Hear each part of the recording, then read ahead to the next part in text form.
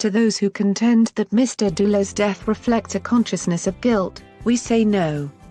We say it was more of a conscience overworn with the weight of the world that was too busy to listen, his attorney said. By Alicia Field-Stockton Doha Madani.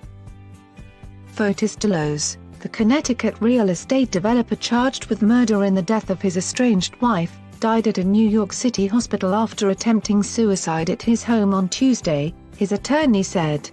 Dulos, 52, was arrested and charged this month with capital murder and kidnapping in connection with the disappearance in May of his wife, Jennifer Dulos, whose body has never been found.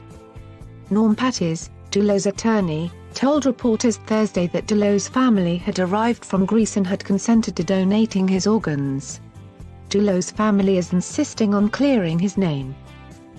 As we are speaking, we have filed an unusual motion in the Connecticut courts asking to substitute an estate for Fotis Dulos for him as a defendant to force the state to show its hand in a trial filled with evidence, we think, that amounts to no more than innuendo and unsupported suspicion, Pattis said. Pattis acknowledged that the legal battle would be difficult, but he said the family was asking for the right to clear his name. The Duloses, who had 5 children together, were in a contentious and drawn-out divorce and child custody battle. A spokeswoman for Jennifer Dulos' family asked for privacy amid the news Thursday evening. "This is a horrific tragedy all around," the statement said. Fotis Dulos' girlfriend, Michelle Troconis, and his close friend Kent Mawhinney, a lawyer in Connecticut, were charged the same day with conspiracy to commit murder. "It's been a truly horrific day for the family, filled with difficult decisions, medical tests and meeting the requirements to determine death," Pattis said Thursday. Having said that, we want to thank everybody for their interest.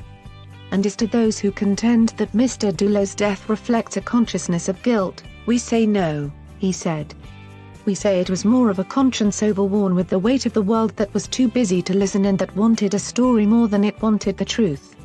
Dulos attempted suicide at his home in Farmington, where he was on house arrest, on Tuesday after getting word that he was due at an emergency court hearing to address a discrepancy with the $6 million bond he had posted. He was flown from a Connecticut hospital to one in New York, where he received oxygen therapy in a hyperbaric chamber. He was in dire condition, Pattis said.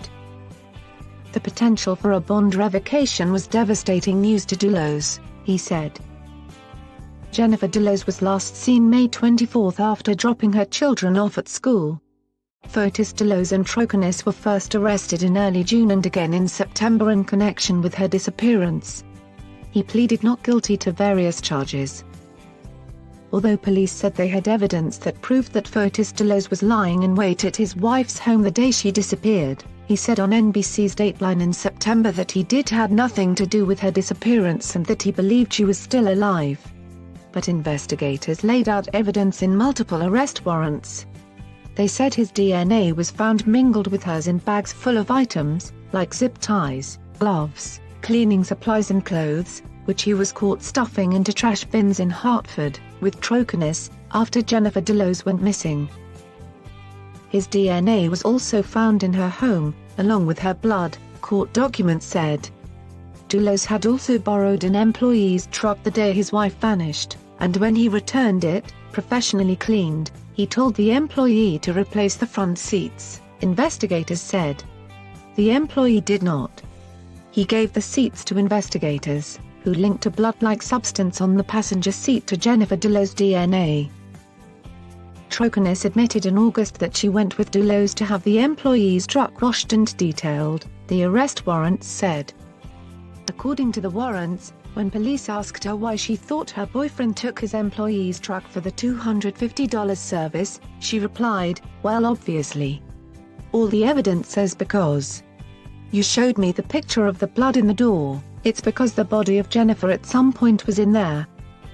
She also said she had been lying when she said during earlier interviews with police that she was with Dulos on the morning of May 24, according to the warrants, which said she admitted that she did not, in fact, know where he had been. Troconis' initial claim that she was with Dulos that morning was found on alibi scripts in Dulos' home, authorities said. Troconis admitted that she and Dulos had prepared the notes to account for their actions on the day Jennifer Dulos went missing, they said. Troconis, in her first interview with police, stuck to the notes nearly verbatim, but started to admit that she had lied after police presented her with evidence during subsequent interviews, according to investigators. The family's nanny, Lauren Almeida, also proved to be an asset to investigators.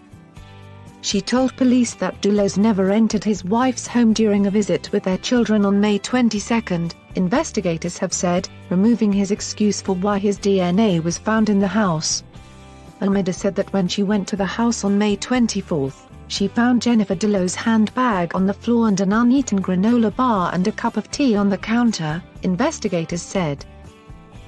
She also noticed that the paper towel roll was empty, and when she went to replace it, she found that 10 rolls in the 12-pack she had put in the pantry the night before were gone, they said. I sat there and wondered what had happened last night that they used 10 rolls of towels, she told police, investigators said. Jennifer Dulos wasn't responding to her calls and texts, and my first thought was that Fotis did something, Almeida told investigators. She said Jennifer Dulos had once told her that her husband had tried to run her over with a car. In news interviews, Dulos denied knowing what happened to his wife and focused mostly on how much he missed and loved his children, who were in the custody of Jennifer Dulos' mother, Gloria Farber. But he never showed any concern about the fact that Jennifer was missing, Almeida told police.